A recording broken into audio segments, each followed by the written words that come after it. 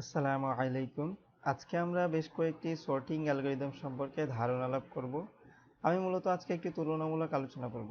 কোন কোন অ্যালগরিদমের কমপ্লেক্সিটি কত, কখন কোন অ্যালগরিদম ব্যবহার করা উচিত এবং কখন উচিত না, বিভিন্ন অ্যালগরিদমের বেসিক পার্থক্য, এই বিষয়গুলো আমরা জানব। আমার এই টিউটোরিয়ালটি করার উদ্দেশ্য হলো আমরা ভার্সিটিতে ভাইবা এক্সাম কিংবা জব ইন্টারভিউতে বেসিক কিছু কোয়েশ্চেনের সম্মুখীন হই, সেসব কোয়েশ্চেনের আনসার যাতে সহজে দিতে পারি এই টিউটোরিয়ালটি দেখার পর। তো কথা না বাড়িয়ে চলুন শুরু করা যাক। আজকে আমি যেই অ্যালগরিদমগুলো নিয়ে আলোচনা করব সেগুলো হচ্ছে selection sort, bubble sort, insertion sort, merge sort, quick sort, heap sort, radix sort, counting sort, bucket sort. আমি এই অ্যালগরিদমগুলো কিভাবে কাজ করে, অ্যালগরিদমগুলোর ইমপ্লিমেন্টেশন, এগুলোর দিকে আমি নজর দিব না। এগুলো নিয়ে আমি ডিটেলস ভিডিও পরে বানাবো। আমি মেইনলি এই সবগুলোর কম্প্যারিজন নিয়ে আলোচনা করবো এবং কোন অ্যালগরিদমগুলো কোন ক্ষেত্রে ইউজ করা হয়, তারপর কোন অ্যালগরিদমের বৈশিষ্ট্য কি, এগুলো নিয়ে আলোচনা করব। প্রথমে আমরা জেনে নিই যে কোনগুলো ইন প্লেস এবং কোনগুলো আউট প্লেস টেকনিক। তো নাম শুনে বোঝা যাচ্ছে যে ইন প্লেস টেকনিক সেইগুলা যেই সর্টিং অ্যালগরিদমগুলোর ক্ষেত্রে যে লিস্টটি দেওয়া থাকবে আমরা সেই লিস্টের মাধ্যমে কয়েকটি সাব অ্যারেতে ভাগ করে আমরা অ্যালগরিদমকে লিস্টটিকে সর্ট করে ফেলতে পারবো। আমাদের এক্সট্রা কোনো মেমোরি কিংবা এন্টায়ার কোনো এক্সট্রা লিস্ট নেওয়ার প্রয়োজন আমাদের পড়বে না। সেই ক্ষেত্রে আমরা সেগুলোকে বলবো ইন প্লেস সর্টিং অ্যালগরিদম। তবে এই ক্ষেত্রে আমরা টেম্পোরারি কিছু ভেরিয়েবল নিতে পারি, ওটা কাউন্টে আসবে না। কিন্তু আউটপ্লেসের ক্ষেত্রে আমাদের সর্টিং করার জন্য এক্সট্রা মেমোরির প্রয়োজন পড়ে। যেমন অনেক সময় কি হয়, একটা লিস্টকে সলভ করতে গেলে তখন আমাদের নতুন একটা লিস্টের সহযোগিতা নিতে হয়, নতুন একটা এরে নিতে হয়, নিয়ে ওই এরেতে সর্টেড ভ্যালুগুলো রাখতে হয়। কিন্তু ইন প্লেসের ক্ষেত্রে সেই কাজটি করতে হয় না। ইন প্লেসের ক্ষেত্রে একটি লিস্ট দেওয়া থাকলে আমরা জাস্ট লিস্টের মাধ্যমেই আমরা সর্ট করে ফেলতে পারি কয়েকটি টেম্পোরারি ভেরিয়েবল ইউজ করে। এক্সট্রা কোনো মেমোরির প্রয়োজন পড়ে না, আমরা কয়েকটি সাব অ্যারেতে ডিভাইড করতে পারি। তো এরকম ইন প্লেস অ্যালগরিদমগুলো selection sort, bubble sort, insertion sort, quick sort, heap sort, এগুলোর ক্ষেত্রে এক্সট্রা কোনো মেমোরির প্রয়োজন পড়ে না। Out place merge sort, radix sort, counting sort, bucket sort. এবার আমরা জেনে নিই যে কোন অ্যালগরিদমগুলো কম্পারিজন বেসড। অর্থাৎ নাম শুনে বোঝা যাচ্ছে যে লিস্ট কিংবা একটি এর যতগুলো এলিমেন্ট থাকবে তারা একে অপরের সাথে কম্পেয়ার করবে। অর্থাৎ আমরা প্রত্যেকটা এলিমেন্ট অন্যান্য এলিমেন্টের সাথে কম্পেয়ার করব, কম্পেয়ার করে করে আমরা সর্ট করি। যেমন আমরা যদি বলি যে সিলেকশন সর্টের ক্ষেত্রে আমরা কি করি, একটা আনসর্টেড লিস্ট দেয়া থাকলে আমরা একদম শুরুতে লিস্টের 0 নম্বর ইন্ডেক্সে যে ভ্যালু থাকে সেই ভ্যালুর সাথে বাকি সবগুলো ভ্যালু কম্পেয়ার করি।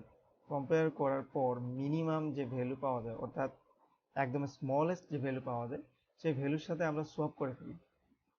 এবং আর সিমিলারলি আমরা বাবল সর্টের ক্ষেত্রে যেটা করি, বাবল সর্টের ক্ষেত্রে আমরা পাশাপাশি দুইটা ইন্ডেক্স অর্থাৎ অ্যাডজাসেন্ট দুইটা ইন্ডেক্সের মধ্যে আমরা কম্পেয়ার করি। কম্পেয়ার করার পরে তারা যদি রং অর্ডারে থাকে, অর্থাৎ বড় থেকে ছোট ডিসেন্ডিং অর্ডারে যদি থাকে, তখন আমরা ওইটাকে অ্যাসেন্ডিং বানিয়ে দিই, ছোট থেকে বড় বানিয়ে ফেলি।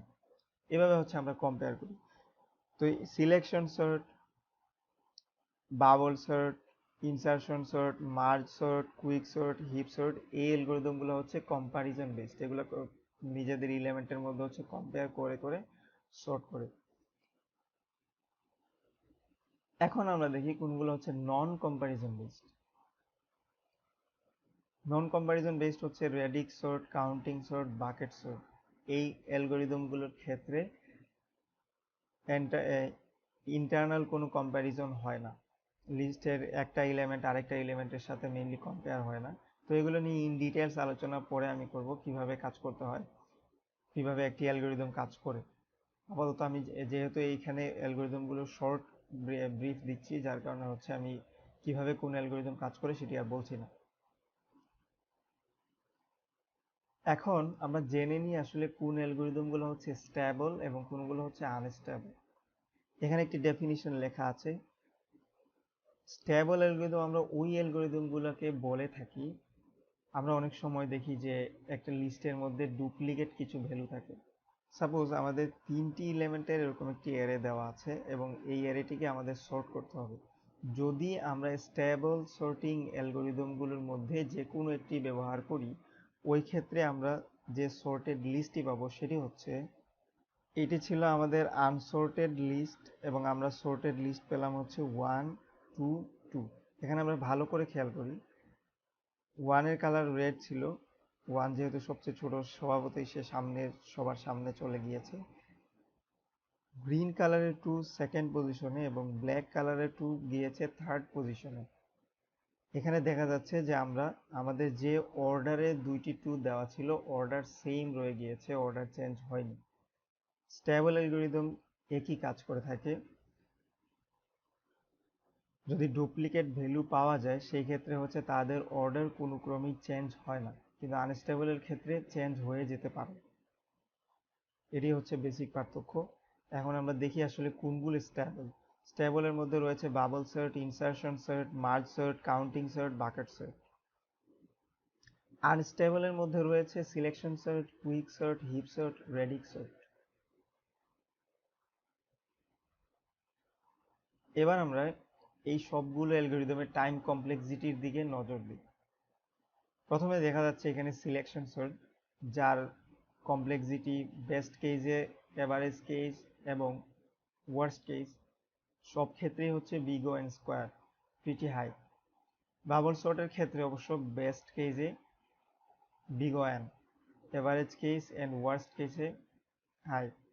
ইনসারশন সর্টের ক্ষেত্রে বাবল সর্টের মতোই একদম সিমিলার কমপ্লেক্সিটি, যদিও কাজের ধরন আলাদা। মার্জ সর্টের ক্ষেত্রে হচ্ছে 3টি এন লগ এন। কুইক সর্টের ক্ষেত্রে আমরা ওয়ার্স্ট কেসে আমরা দেখতে পাচ্ছি big O N square pretty high. তো মার্জ কুইক সর্টের ক্ষেত্রে আসলে ওয়ার্স্ট কেস কখন হয়, যখন একটা লিস্ট অলরেডি সর্টেড কিংবা অলমোস্ট সর্টেড থাকে, তখন কুইক সর্ট খুবই বাজে পারফর্ম করে এবং ওইটাকে হচ্ছে ওয়ার্স্ট কেস হিসেবে ধরে নেওয়া হয়। হিপ সর্ট হচ্ছে সব ক্ষেত্রেই মার্জ সর্টের মতোই big O N log n. Radix sort big O n সব ক্ষেত্রেই, কাউন্টিং সর্ট ও বিগ ও এন সব ক্ষেত্রেই। বাকেট সর্টের ক্ষেত্রে আবার দেখা যাচ্ছে ওয়ার্স্ট কেসে বিগ ও এন স্কোয়ার। এবার আমরা একটু খেয়াল করি যে এদের স্পেস কমপ্লেক্সিটি কেমন। আমরা দেখতে পাচ্ছি এই যে এই 4টি অ্যালগরিদমের ক্ষেত্রে বিগ ও 1। আমরা একটু আগেই দেখেছিলাম যে এরা সবাই ছিল ইন প্লেস সর্টিং অ্যালগরিদম, এদের এক্সট্রা কোনো মেমোরি নেওয়ার প্রয়োজন পড়ছে না, যার কারণে হচ্ছে ওদের টেম্পোরারি কিছু ভেরিয়েবল নেওয়ার প্রয়োজন পড়ে, এছাড়া এক্সট্রা কোনো মেমোরি কিংবা কোনো এক্সট্রা কোনো লিস্ট কিংবা এক্সট্রা কোনো অ্যারে নেওয়ার প্রয়োজন পড়ে না, যার কারণে এদের কমপ্লেক্সিটি, স্পেস কমপ্লেক্সিটি খুবই কম, বিগ ও 1। কুইক সর্টের ক্ষেত্রে হচ্ছে big O N log N. Merge sort, radix sort, counting sort, bucket সর্টের ক্ষেত্রে big O N, number of এলিমেন্টের সমান। আমরা মোটামুটি stability, in place out place, comparison, time complexity, space complexity এইসব বিষয়ে আমরা জেনেছি। এখন আমরা অ্যাডভান্স কিছু জিনিস জানি। আমরা যেই সর্টিং অ্যালগরিদমগুলো দেখেছি সেইগুলোকে হচ্ছে দুইটা ক্যাটাগরিতে ভাগ করতে পারি। প্রথমটা হচ্ছে ইনক্রিমেন্টাল অ্যাপ্রোচ, দ্বিতীয়টা হচ্ছে divide and conquer approach. Merge sort and quick sort হচ্ছে ডিভাইড অ্যান্ড কনকিউর অ্যালগরিদম, বাকি সবগুলো মোটামুটি ইনক্রিমেন্টাল অ্যাপ্রোচ।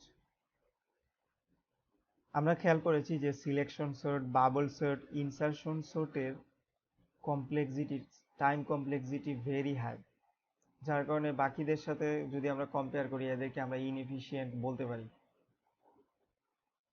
তবে ইনসারশন সর্টের টাইম কমপ্লেক্সিটি ইমপ্রুভ করা যাবে যদি বাইনারি সার্চ টেকনিক ইউজ করা যায়। সিলেকশন সর্ট, বাবল সর্ট এবং ইনসারশন সর্ট মেইনলি ওইসব ক্ষেত্রে ইউজ করা হয় যখন হচ্ছে স্পেস লিমিটেড থাকে, অর্থাৎ যদি আমাদের স্পেস ম্যাটার হয়, টাইম ম্যাটার না হয়, তখন ওই ক্ষেত্রে আমরা এই 3টি অ্যালগরিদম ব্যবহার করতে পারি। অথবা ইনসারশন সর্ট এবং বাবল সর্ট আমরা আরো একটি কেসে ব্যবহার করতে পারি। ওই কেসটি হচ্ছে যখন কোনো একটি অ্যারে অলমোস্ট সর্টেড থাকে কিংবা অলরেডি সর্টেড থাকে, তখন হচ্ছে ওই ক্ষেত্রে আমরা ইনসারশন এবং বাবল সর্ট অ্যাপ্লাই করতে পারি। তখন হচ্ছে ওরা খুব ভালো পারফর্ম করে বিগ ও এন। অনেক সময় আমাদের হচ্ছে ইনপুটের অর্ডার জানা থাকে না, তখন হচ্ছে আমরা মার্জ সর্ট অ্যালগরিদম ইউজ করে থাকি। মার্জ সর্ট ওই ক্ষেত্রে খুব ভালো পারফর্ম করে, যেহেতু মার্জ সর্টের ওয়ার্স্ট কেস হচ্ছে big O N log n. আবার অনেক সময় হচ্ছে ডাটা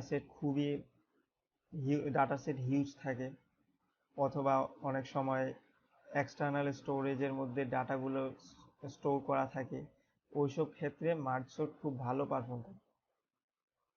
তাহলে আমরা মোটামুটি জেনে গেলাম যে আমরা যেই 9টি অ্যালগরিদমের কম্প্যারিজন, 9টি অ্যালগরিদম সম্পর্কে মোটামুটি ধারণা লাভ করলাম, তা থেকে বুঝলাম যে সিলেকশন সর্ট, বাবল সর্ট এবং ইনসারশন সর্ট হচ্ছে খুবই পুয়ার পারফর্ম করে, যেহেতু তাদের টাইম কমপ্লেক্সিটি ভেরি হাই। তবে কিছু কিছু ক্ষেত্রে তারা খুব ভালো পারফর্ম করে, এবং সেটা হচ্ছে যখন কোনো একটি এরে অথবা লিস্ট অলমোস্ট সর্টেড কিংবা পুরোটাই সর্টেড অথবা অলরেডি সর্টেড থাকে, ওইসব ক্ষেত্রে হচ্ছে আমরা এই 3টি অ্যালগরিদম ইউজ করতে পারি। আবার অথবা যদি স্পেস ম্যাটার করে, স্পেস লিমিটেড থাকে, তখন হচ্ছে আমরা সিলেকশন, বাবল এবং ইনসারশন সর্ট অ্যাপ্লাই করতে পারি।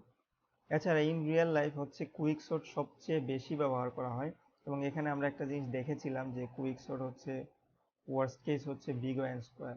তো ওয়ার্স্ট কেস বলতে এখানে আসলে অলরেডি সর্টেড কিংবা অলমোস্ট সর্টেড লিস্টের ক্ষেত্রে এটা হয়। তো এই ক্ষেত্রে আসলে এটা খুবই রেয়ার হয়ে থাকে, অর্থাৎ এই কেসটি হচ্ছে রেয়ার। তো যার কারণে আমরা বলতে পারি যে মার্জ সর্ট এবং কুইক সর্ট হচ্ছে বহুল ব্যবহৃত দুইটি সর্টিং টেকনিক, যে দুইটি টেকনিক ইন জেনারেলি ইউজ হয়। তো এই টিউটোরিয়ালে আমি ইন ডিটেলস কোনো আলোচনা করিনি, আমি হচ্ছে সবগুলো অ্যালগরিদমের ওভারভিউ এবং বেসিক কিছু জিনিস আমি জানিয়েছি। পরের সবগুলো অ্যালগরিদমের ইন ডিটেলস আলাদা আলাদা টিউটোরিয়াল বানাবো, প্রতিটি অ্যালগরিদমে আলাদা আলাদা টিউটোরিয়াল থাকবে, এবং সবগুলোর ইমপ্লিমেন্টেশন হচ্ছে আমি সি প্রোগ্রামিং এর মাধ্যমে দেখানোর চেষ্টা করব। সেই পর্যন্ত ভালো থাকবেন, সুস্থ থাকবেন, ধন্যবাদ।